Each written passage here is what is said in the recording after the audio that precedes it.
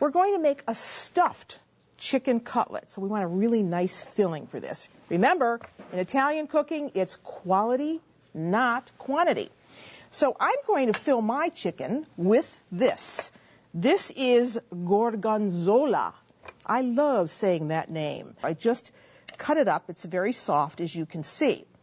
So once we have that, we want to put that into a bowl.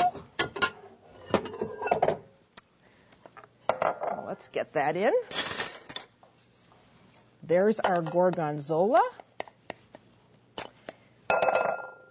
And then with that, we want to have some spinach. So here we have some fresh spinach. All I did was wilt that down. You do not need to add any water to spinach when you're cooking it. Just it's full of water to begin with. So just put it in a pan, put a cover on it, put it over medium-high heat, and let it wilt down. Then take all the water out of it. Squeeze all the water out so that it's fairly dry. You see how nice and dry this is. And then you just want to chop it up.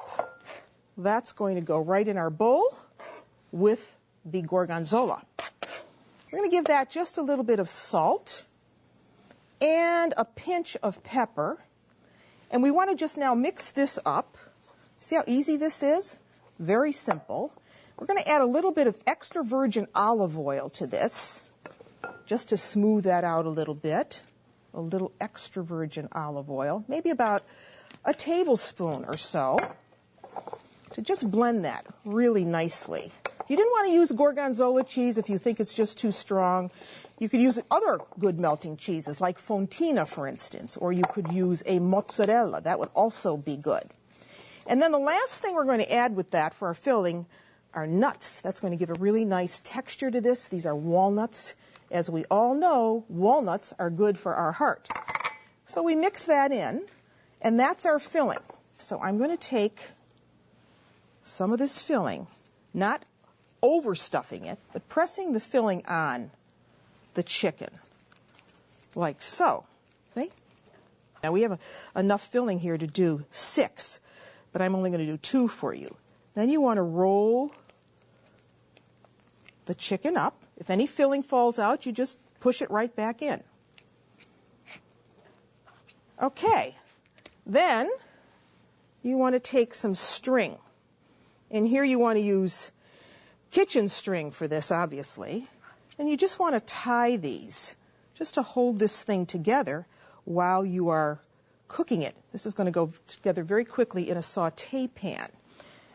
Put another one here. And I love making this, particularly for company. This is a really elegant dish, but it's very quick. And I think all of us need that today with our busy lives. We spend so much time on the internet and answering emails, and we don't think about dinner. So to flavor this additionally, we're going to use fresh rosemary. I like to leave it on the sprig, just like this. You can find fresh rosemary in your grocery store. You can grow it in your garden. It gives a nice flavor to the chicken. So we're just going to put that in whole, and we're going to add a little olive oil to the pan. So about, a tablespoon or so of olive oil. And the chicken goes in. I hear the sizzle, so we can get it in the pan. There's 1. There's 2. And we're going to allow these to brown really nicely. And then we'll make the sauce.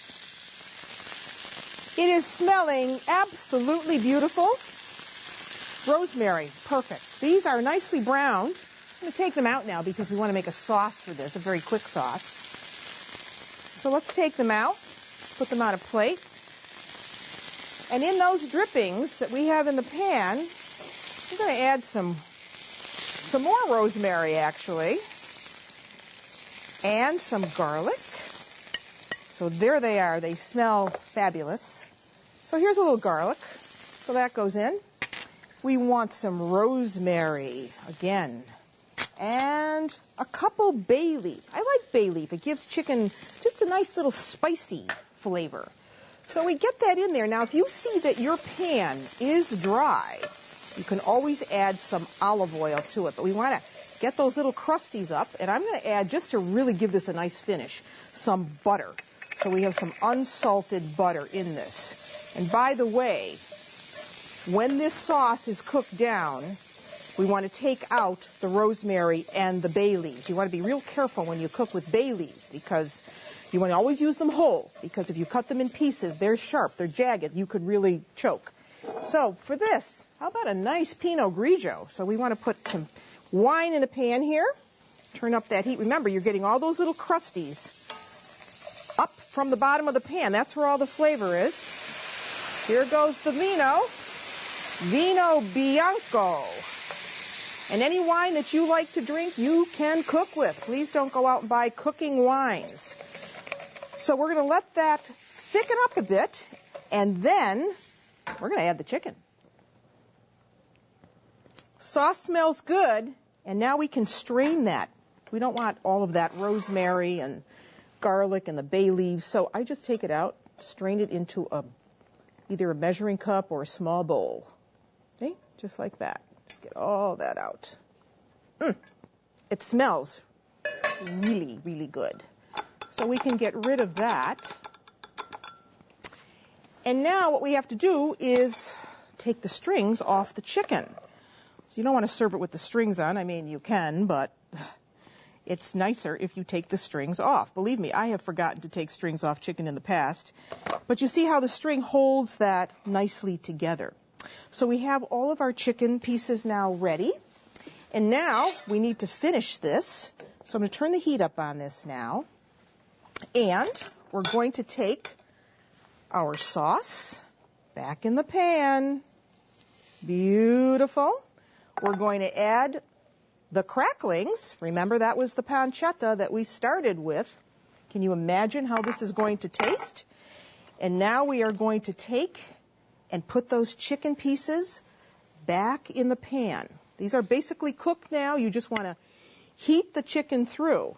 This is actually going to serve 6 people because these are hefty. So one of these with the filling is plenty for 6 people.